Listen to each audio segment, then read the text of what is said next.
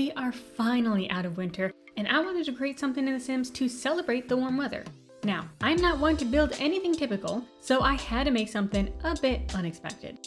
Instead of building on a spring meadow or a summer beach, I decided to build in a location you definitely would not want to be hanging out in with all the heat and humidity. A swamp. A voodoo cottage set in a southern swamp seemed like a super fun, vaguely summery build, so that's what we're diving into today. Yes, I am already skipping spring and jumping right into summer. Just because it's springtime and everybody else is going hard on the pastels doesn't mean that we can't be spreading some moody, spooky vibes too.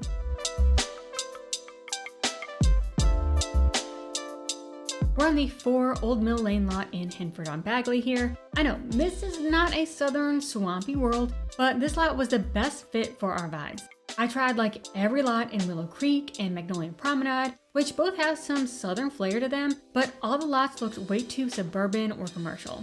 I really liked Moonwood Mill, but with all the mountains and pine trees, it just doesn't give southern swamp. Same story everywhere else too. This is pretty much the only lot that I thought could pass for this build. So it's definitely not going to fit in well with the rest of the world, but it's the best we have to work with.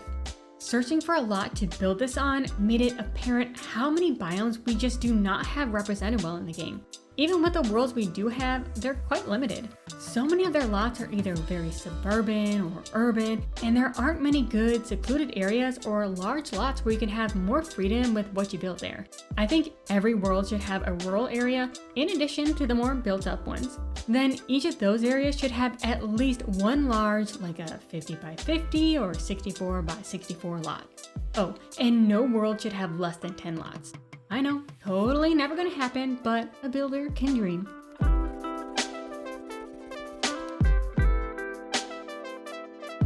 For this build, I wanted it to be a small, ramshackle cottage deep in a swamp where a voodoo practitioner is living. I went with lots of weathered woods, old wallpapers, and lots of greens, browns, and pinks. When I was thinking of what sort of Sims I would want to live here, I immediately thought of Lafayette Reynolds from True Blood. I only watched a handful of episodes from the first season so many years ago, so I don't know why I thought of them, but a Sim like Lafayette is exactly who I envision living here. I think there is some sort of a voodoo connection with him, but I don't know for sure. When my partner and I tried watching the show years ago, I just couldn't get into it. The main character, Suki, was really annoying to me for some reason, so that's probably why, but I did really like Lafayette. I also know that the show is based off of a book series, so maybe that's better and I might be able to get into that more. I don't know, if any of you have watched the show or read the books, let me know how they are and if I should give either of them another chance.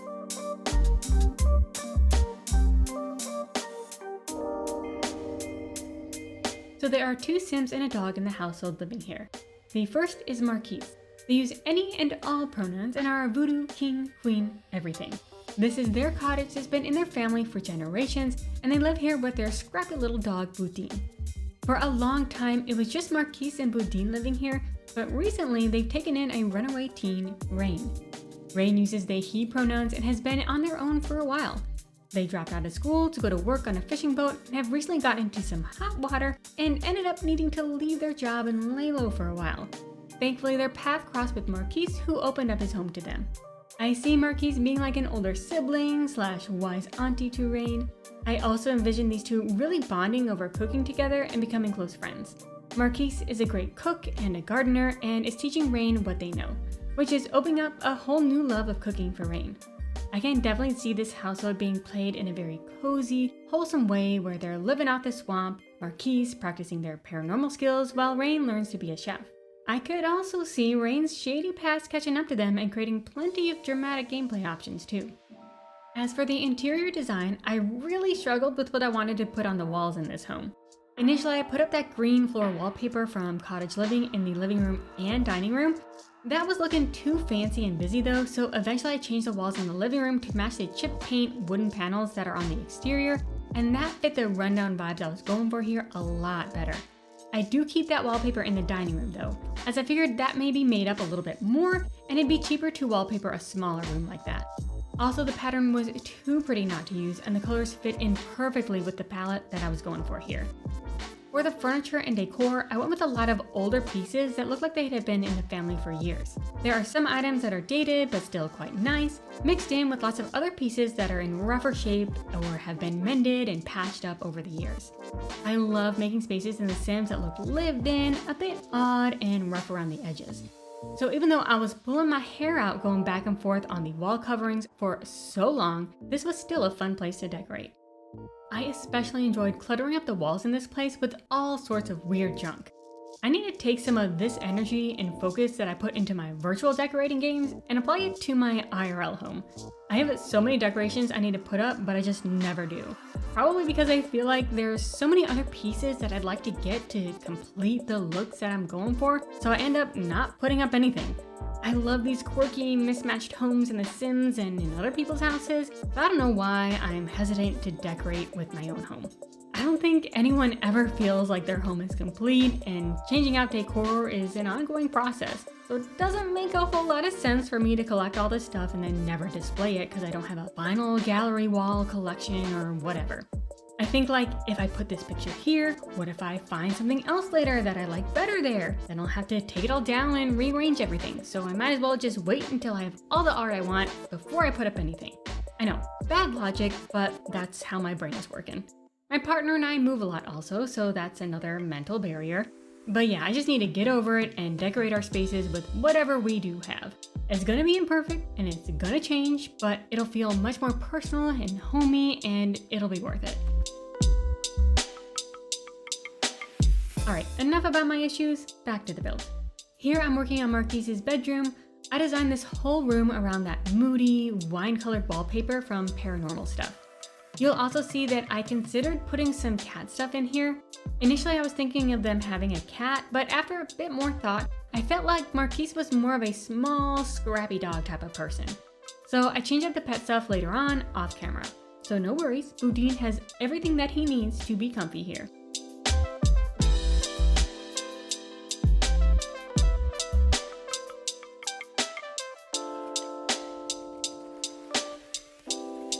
The main house is all finished. Now I'm working on building a sort of seance shed. This is where Marquise's customers come to have their fortunes told, buy herbalism potions, speak to the dead, commission voodoo doll spells, etc.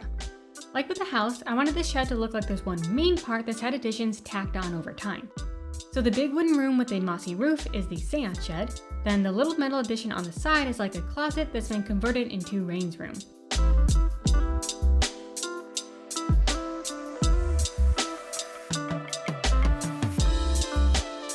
To make this place look a bit more magical, I hung up some string lights along the porches and a bunch of different lanterns inside the shed. Also in here we've got the seance table, crystal ball, a bunch of bookcases filled with occult and herbalism books, and tons of mystical items cluttering up the rest of the space.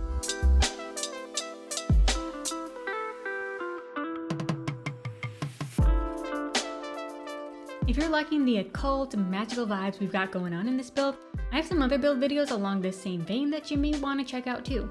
I built a huge oddities museum most recently. There's also a potion shop, vampire nightclub, teen city block with a haunted house, and the Wizard's Tower from Stardew Valley. I put them all in a playlist that I'll link at the end of the video. So if you are in need of a heavy dose of spooky vibes to counteract all the cutesy pastel spring stuff going on right now, I've got you.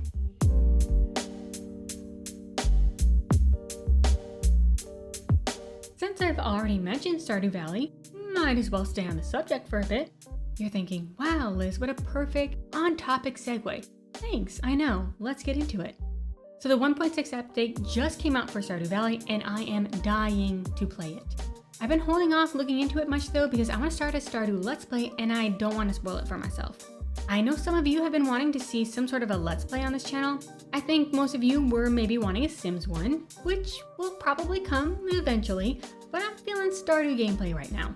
So many people are doing 1.6 gameplay right now, but I want to do something a little different with mine, naturally.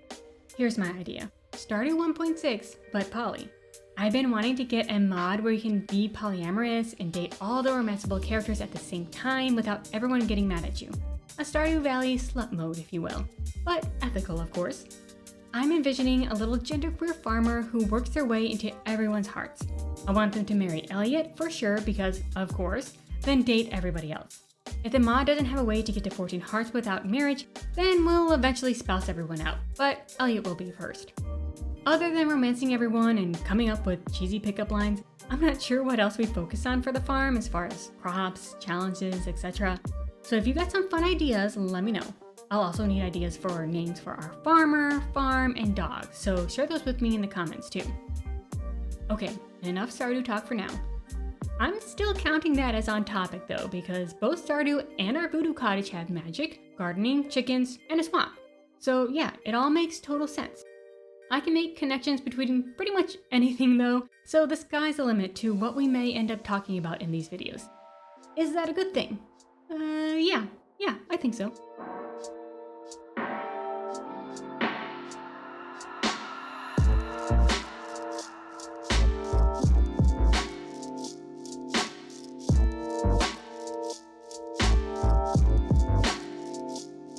Moving on to the outside, I set up a little gardening area by the porch.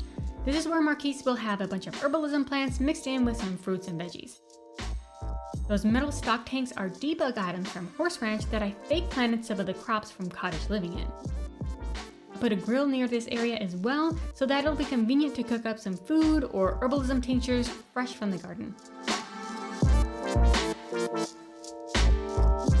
I wanted to have multiple activities human sims could do that have some mystical vibes to them without being full-on magic.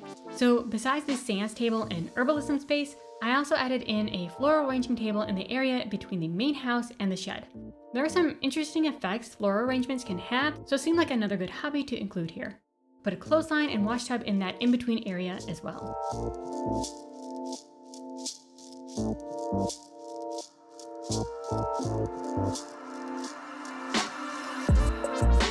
This swamp cottage would not be complete without some sort of a water feature, so I dug out a little pond in the front corner. In it, I added some fireflies, an alligator, and tadpoles. Once I get this pond fully landscaped, this lot looks way more swampy than before, and the vision all starts coming together.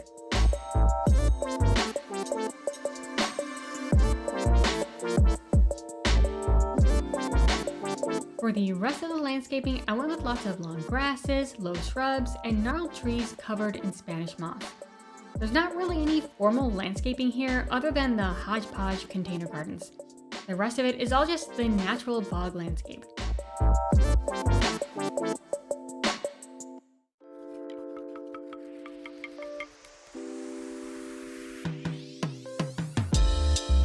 Under the windows and on the exterior doors, I strung up a bunch of garlic. I figured they could be something that's being used to ward off bad spirits and vampires from entering the cottage. So if you've been noticing those and wondering what's going on, that was my reasoning.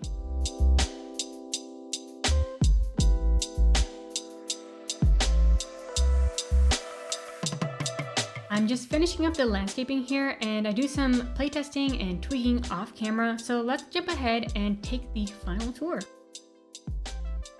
Here is the finished build, and here is our little Voodoo found family. Love this trio, they're gonna fit right in here. We're pretending we're deep in the south, so a big wraparound porch is a must. We've got comfy seating set out here for weaving sweetgrass. It's just pretend, but I did put a cross-stitching box out here as a functional, crafty thing to do instead. Walking inside, we're in the living room. This old junky couch was the focal piece I really wanted everything to work around in here. Although it took a while, I really like how this space turned out. Over here is the dining room. It's small, but super cute. I can definitely see Marquise and Rain sitting down here with some comfort food for whatever wayward friend drops by and needs a listening ear. Here is the kitchen. The appliances are dated and the cupboards have seen better days, but it's a well-used and a well-loved space all the same. Between the kitchen and bedroom is a small bathroom. It's a bit dingy, but I think it's cute still. Here is Marquise's room. This wallpaper really gives this space a moody, romantic vibe. Over on the side of the house is the mudroom. This would be especially important for a house in the swamp, so you can kick off your boots and wash up in the bathroom without tracking mud all over the house. Foodie's food bowls are in here too. Moving outside, we've got the clothes washing area and the potting benches in between the two buildings. Here's our little garden. This time I didn't end up planting anything in this space because I figured it'd be more fun for you to fill it up with whatever you'd like to grow instead of me doing it for you. Let me know though, do you prefer it when I fill the garden with plants or leave it blank? Our obligatory gator pond is front and center here. Unfortunately for the chickens, it is right next to their coop, but this is The Sims, so I'm sure they'll be fine. Last but not least is our Séance shack. It's kind of dark and very cluttered in here, but I really like spaces like this in The Sims. This is exactly the type of room I'd expect to be in if I was coming for some sort of voodoo services. This little converted closet is Rain's room. Super tiny and not much privacy, but it's alright. Thankfully, Rain is a night owl, so Marquise staying up late doing her voodoo stuff doesn't bother them much. That's everything. Let's get set up in my favorite spot while we wrap things up. Unsurprisingly, it's outside at our little gator bog. A dark, moody swamp cottage for a voodoo family is probably the antithesis of a springtime build, but that's just how we do things here. I love this little found family and their crusty old cottage, and I hope you do too. If so, send a like my way. I have plenty more odd builds coming, so if you want to see more, be sure to subscribe. We'd love to welcome you into our little community. Remember, be kind to yourself today, and I'll see you next time.